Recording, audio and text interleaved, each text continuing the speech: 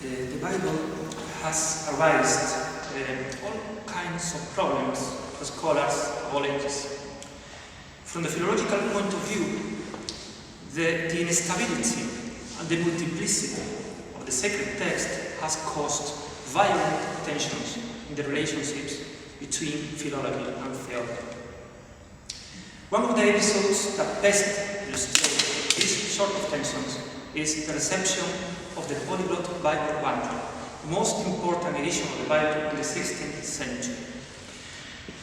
Around this Bible, two very opposing groups of scholars clashed together. On the one hand, the strict defenders of the Vulgate who attacked this new edition violently. On the other hand, the Hebraists who claimed the value of the original sources to correct the Vulgate in those cases, in those passages that needed revision. One of the best, the most clearest testimonies I have read on this controversy comes from the pen of the Jesuit Juan de Mariana, who in 1609 wrote the following at the beginning of his treatise Pro Editione Vulgata. We have undertaken an annoying and impeded task due to a lot of difficulty and dangerous fate. And I don't know if there has been any controversy among theologians, mainly in Spain, that has developed with greater warmth of characters and passion. Next, Mariana exposes what is the real conflict between the two parts. In fact, some attack the Vulgate edition as if it were deformed by many mistakes, frequently turning to the sources from where these figures came to us, and arguing that it must be corrected with the collation of the Greek and Hebrew manuscripts as many times as it disagrees with them. On the opposite side, others of greater number, with hatred for their enemies, considered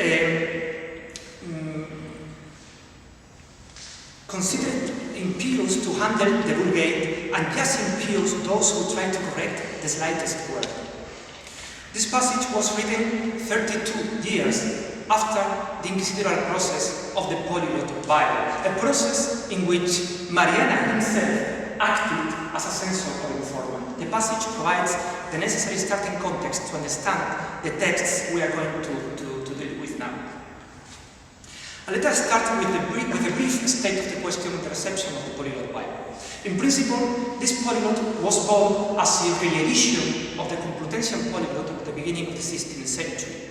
But between the two polyglots, that conflict between the defenders of the Vulgate and the Hebraists was getting worse and worse. The turning point in this controversy is marked by the fourth session of the Council of Trent, 1546, which promulgated the Decretum de Editione Usus Sacrorum Librorum, which placed the Vulgate over the other Latin translations of the Bible. A radical interpretation of this decree led some scholars to defend even the superiority of the Vulgate over the biblical original texts themselves. Well, since the beginning of the editorial project of the Polyglot Bible, the main point for discussion was what Latin translation should be printed next to the column of the Hebrew text of the Old Testament. The first printing proofs sent from Antwerp to Madrid committed the audacity of replacing the translation of St. Jerome, that was the one printed in the Complutensian Polyglot, by the more literal translation of the Hebraist Santes Pagnino, published for the first time in 1527. The proposal was clearly rejected by the Spanish authorities. Finally, the Polyglot of Antwerp was printed with their translation of St. Jerome, but the editors of the new Polyglot were not willing that the new edition lacked a literal Latin translation based on the original texts, and for that reason they printed Pagnino's version in the so-called Apparatus Sacri, the last 3 volumes of the Bible, which included all sorts of instruments for the study of the Bible. The simple coexistence in the same edition of the Bible of the translation of St. Jerome and the translation of Pagnino was reason enough for the attacks against the new Bible to arrive immediately. In Spain, the main enemy of the Polyglot in Salamanca, León de Castro, the same who managed to imprison other 3 colleagues of the same university for the same cause in 1572.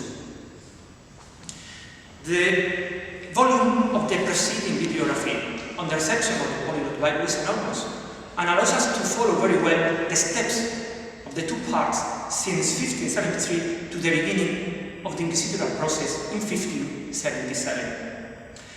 But those of us working on humanism are fortunate that from time to time, unpublished and very valuable documents may still come to our hands. This is the case of an apology, a defense of the Polyglot Bible, written by its director, Arias Montano, a document on which Nicolás Antonio, Spanish bibliographer, gives some vague data in the 17th century. In particular, Antonio tells about the manuscript of this apology sacked by the English army in the Spanish city of Cádiz and taken to the University of Oxford. The manuscript promised to be a key piece in the reception of the Polyglot Bible, and for that reason, a long series of scholars have tried to locate it in Oxford without success since the 17th century. Some scholars have even come to consider this document as a non-existent manuscript. Fortunately, this is not so.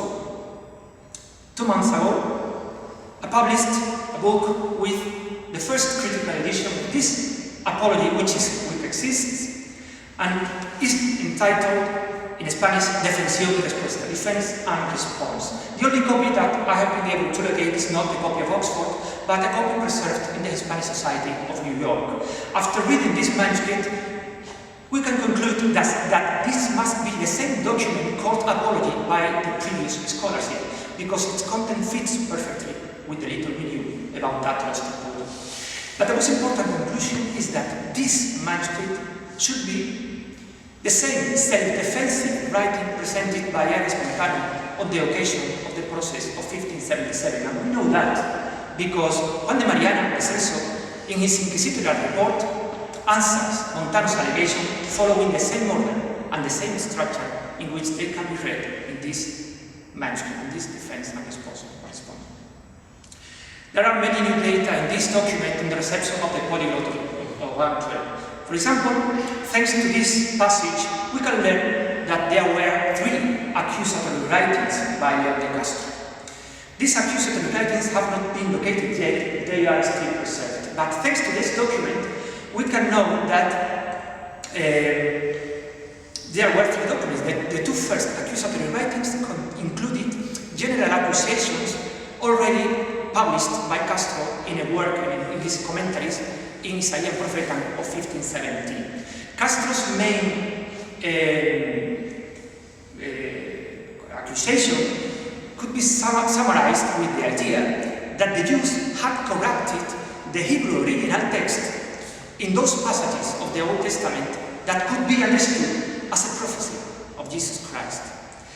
His main claim was that the new translators of the Bible even had to correct the Hebrew original text so that their translations coincided with that of St. Jerome. In the third accusatory writing, Castro compiled a list of more than 20 passages of the New Latin translation published in the Polyglot, which demonstrated, according to him, the Judaizing character of that Bible. I will examine one of those denounced passages, maybe the most important, Job 19:25. In the Vulgate, St. Jerome translated, "'Cause I know that my Redeemer lives, and in the last day I shall arise out of the earth, and again I shall be covered with my skin, and in my flesh I shall see my God." According to the Catholic Church, this was one of the clearest testimonies in the Old Testament of the resurrection of the flesh. Let us now check the New Latin translation published in the Polyglot Bible based on Pagnino's version. "For I know that my Redeemer is alive, and at the end he will stand over the dust. And after they have consumed my skin, yet in my flesh I shall see God."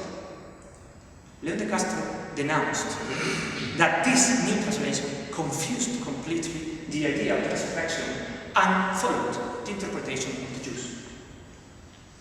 I have said that the accusatory writings of León de Castro have not been located, but I have been able to check that most of those particular passages denounced by Castro in the Polyglot Bible were collected and published by himself in a later printed publication with the name of Apologeticus in 1585.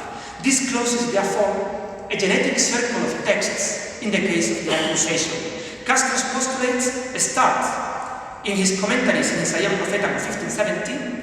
They materialize in the particular accusations of the process of 1577, and finally, many of those denounced passages were published in the Apologeticus of 1585. Let us now turn again to the defense. We have already talked about the new manuscript preserved in New York, the defense and response. I want to talk about now two other texts that are related to this, are genetically connected to this defense and response. The first one is a manuscript preserved in the Spanish National Library. The title is Anniversary, and this is a working draft between the defense and response and a later printed publication. This later printed publication is titled Commentatio, and was published as a prologue at the beginning of the re-editions, the successful 7th volume of the Polyglot, printed from 1584. This text was printed only 7 years after Mariana's censorship. And unlike the defense and response, this published document, is written in Latin. The answers to Castro's accusations are much more elaborated, and we can clearly see here the filter that was the censorship of Juan de Mariana. That's, for example, in the passage of Psalm 21:17, for many dogs surrounded me, a council of malignant has besieged me. They have dug my hands and feet. For the Catholic Church, this passage was a prophecy of the death of Christ on the cross. They have dug my hands and feet. Let us now check the new Latin translation published in the Polyglot, based on Pagnino's version. For many dogs surrounded me. A gang of evil men crowded around me. Like a lion, my hands and feet. This phrase, like a lion, comes from a very strange variant of the Hebrew original text, a variant, by the way, that has been rejected not only by St. Jerome, but also by the most important Hebraists of the 16th century. The sense of Juan de Mariana in this passage proved Castro was right, and strongly recommended Montano to correct the new translation of the Bible. And for that reason, I think that Montano directly omitted this passage in his printed publication of 1584. The censorship of Juan de Mariana, the Inquisitorial report, also has a very interesting genetic textual transmission. The first testimony I know is a letter from Mariana to the General Inquisitor, where he says that he has finished the Inquisitorial report and gives a very valuable summary of it. The Inquisitorial report itself, it's written in Latin, is signed in September 77, and the only copy I know is preserved in the Vatican Library. But just as the other two parts of the process did, Juan de Mariana, the censor, also wanted to take advantage of the papers he wrote for this important occasion. In 1609, he published the brief treatise Prohibizione Vulgata, which we have already referred to at the beginning of this paper. If we compare the Inquisitorial report, which is still unpublished, with this printed publication, we can see it becomes clear that what Mariana did was to reuse and adapt his Inquisitorial report to write this treatise. As to the content of the censorship, Mariana admits that he had more vocation to defend than to condemn. Despite this, the Jesuit was very hard with both parts of the conflict. As to León de Castro, Mariana condemns his excess of rage and the contradictions and lies of many of his accusations.